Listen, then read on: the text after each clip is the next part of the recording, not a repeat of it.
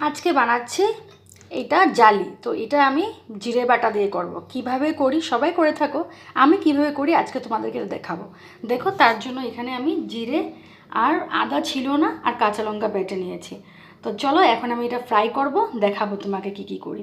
এই দেখো, ফ্রাই করতে বসিয়ে দিয়েছি। বেশি ফ্রাই করব না, ডিপ ফ্রাই করব না, একদম হালকা একটু ফ্রাই করে নেব, কারণ এগুলো বয়েল হবে তো তরকারির সাথে, আর তরকারিতে বেশি ফ্রাই হয়ে গেলে ভালো লাগবে না।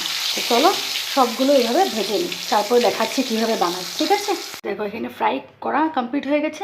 এখন এখানে কড়াইয়ের মধ্যে অল্প তেল আছে, সেই তেলে ঢেলে দেবো কালো জিরে আর শুকনো লঙ্কা। এটা ফোড়নে দিচ্ছি। জিরে বাটা আর কাঁচা লঙ্কা বাটাটা এখানে পেস্টটা দিয়ে দিয়েছি। এখানে আছে কিছু গুঁড়া মশলা, ধনিয়ার গুঁড়া আছে, কাশ্মীরি মির্চি গুঁড়া আছে, আর এখানে লাল মির্চি গুঁড়া আছে, হলুদ আছে।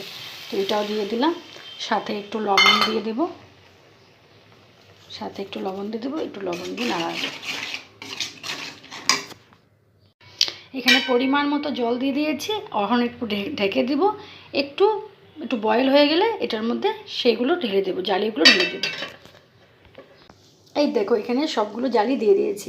এখন কিছুক্ষণ ফুটবে, তারপরে নামিয়ে নেব। এর শেষে একটু চিনি দিয়ে নামাবো, ঠিক আছে? আমার তরকারি ডান। শেষে একটু ধনিয়া পাতা দিয়ে নামিয়ে নিয়েছি। কেমন লাগছে দেখতে? আমাকে একটা লাইক করে জানাও, লাইকস দিবে ভালো লাগলে, আর কমেন্ট করে জানাবে, ঠিক আছে?